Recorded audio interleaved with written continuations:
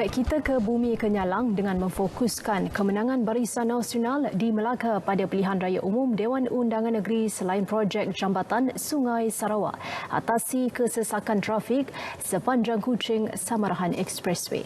Nursila, silakan. Ya, Nurul, kemenangan Barisan Nasional BN di Melaka pada pilihan raya umum Dewan Undangan Negeri semalam harus dijadikan iktibar kepada wakil rakyat betapa rakyat mahu kestabilan politik. Menteri Kanan Kerja Raya Datuk Seri Fadilah Yusof berkata tanpa kestabilan politik ia akan memberi implikasi negatif terhadap negara. Sarawak sendiri dapat membangunkan projek itu, mengantikan projek itu menggunakan peruntukan negeri Sarawak itu sendiri. Ini membuktikan bahawa kerajaan negeri Sarawak adalah contoh kepada kebanyakan negeri di Semenanjung. Dan sebab itu amat pentinglah kestabilan perpaduan itu menjadi asas. Oleh itu, beliau mahu pengundi di negeri ini memastikan kestabilan politik terus dicapai bersama kerajaan negeri sedia ada. Datuk Seri Fadilah ditemui pemberita selepas majlis program bersenam Taiji Qigong Shibashi di Matang Kuching. Beliau bersama penyandang Ahli Dewan Undangan Negeri Tupung Fazruddin Abdul Rahman sebelum itu untuk meluangkan masa setengah jam bersenam bersama Persatuan Taiji. Dalam perkembangan sama, keputusan pilihan raya umum Dewan Undangan Negeri PRU Dun Melaka yang berpihak kepada kemenangan Barisan Nasional menunjukkan rakyat memilih parti pemerintah yang stabil untuk memimpin negeri. Ketua Menteri Datuk Patinggi Tan Sri Abang Johari Tun Openg berkata ini perlu menjadi tanda aras kepada rakyat khususnya di Sarawak untuk PRU Dun akan datang dalam memilih pemerintah yang kukuh, stabil serta menolak budaya lompat parti. Very clear. Melaka. Number one, stable government. The people want a very stable government. So that is number one. Number two, frogging culture. People don't like frogging culture. Katakan budaya kata. This is why you notice one party kosong. Supposed to be a very strong party. Dia datang ke Sarawak juga. So let me learn from that lesson lah. Jelasnya lagi, pucuk kepimpinan parti yang dapat memerintah dan politik yang stabil selain rakyat yang bersatu padu tunjang utama kepada pembangunan negara. Beliau menyatakan demikian dalam sidang media selepas Majlis Pecah Tanah Jambatan Sungai Sarawak Sejingkat dan Second Kuching Samarahan Trang Road di Sejingkat Kuching. Terdahulu dalam ucapannya, Datuk Patinggi Tan Sri Abang Johari mengingatkan rakyat negeri ini agar terus bersatu serta memberi sokongan kepada kerajaan memerintah. Tambahnya lagi, dengan politik negeri Sarawak yang kukuh dan rakyat yang bersatu padu, ia memudahkan lagi perancangan pembangunan terutama projek-projek rakyat.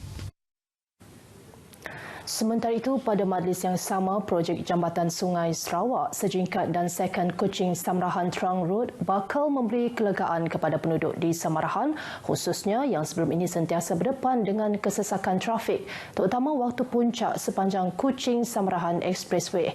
Menteri Muda Infrastruktur dan Pembangunan Pelabuhan Datuk Julaihi Narawi berkata, jambatan yang bernilai 11 bilion ringgit itu dibiayai kerajaan negeri mula dilaksana sejak Januari lalu dan dijangka siap pada tahun 2023 akan menghubungkan terus kota Samarahan dengan Sejingkat. Jelas Datuk Julaihi Narawi, projek ini merangkumi 3 pakej. Pakej pertama melibatkan pembinaan jambatan kabel penahan sepanjang 1,281.2 meter dengan jalan 2 lorong 2 hala. Sementara pakej kedua naik taraf jalan kampung Tanjung Bako sedia ada sepanjang 7.56 km dari standard JKR R3 ke JKR R5 yang dijangka siap pada Ogos 2023. Manakala pakej ketiga iaitu membina jalan baru sepanjang 7.0 km dalam standard JKR R5 menghubungkan jalan kampung Tanjung Bako ke Bulatan menuju jambatan Batang Samarahan yang dijangka siap Jun 2024. Datuk Julaihi menambah pembinaan jambatan ini akan memperkasa jaringan jalan pesisir dengan menghubungkan secara terus zon-zon industri perkilangan serta industri berat bagi Kuching dan Samarahan. Dia berucap pada Majlis Pecah Tanah Jambatan Sungai Sarawak Sejingkat dan Second Kuching Sarawak Trang Road di Sejingkat Kuching. Kerajaan mahu memulihkan ekonomi wilayah tengah dengan memanfaatkan perairan laut dalam di Paluh melalui pelaksanaan beberapa projek pembangunan industri perkapalan di kawasan itu. Timbalan Ketua Menteri Dato' Amar Awang Tengah Ali Hassan berkata, di bawah rancangan Malaysia ke-12, kerajaan bercadang untuk membangunkan Taman Kejuruteraan Laut Tanjung Manis di Paluh seluas 404 hektar. Dedah Dato' Amar Awang Tengah, Paluh akan membuka peluang lebih baik kepada pembina kapal tempatan untuk menjadi penggiat besar dalam industri pembinaan dan pembaikan kapal serta industri minyak dan gas.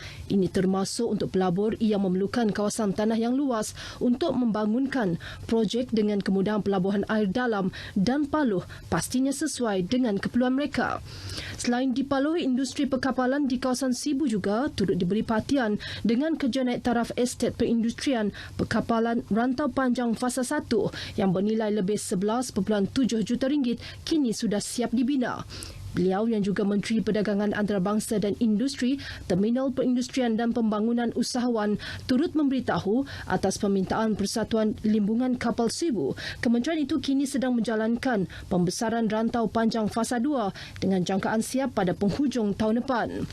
Dato' Amar Awang Tengah berucap pada Majlis Pelancaran Buku Industri Maritim Sarawak, Pemangkin Pertumbuhan yang diterbitkan oleh Persatuan Industri Maritim Sarawak, SAMIN di Sibu. Buku ini bertujuan menyediakan maklumat terkini berkenaan kategori pembinaan kapal dan pembaikan kapal serta industri sokongan di Sarawak.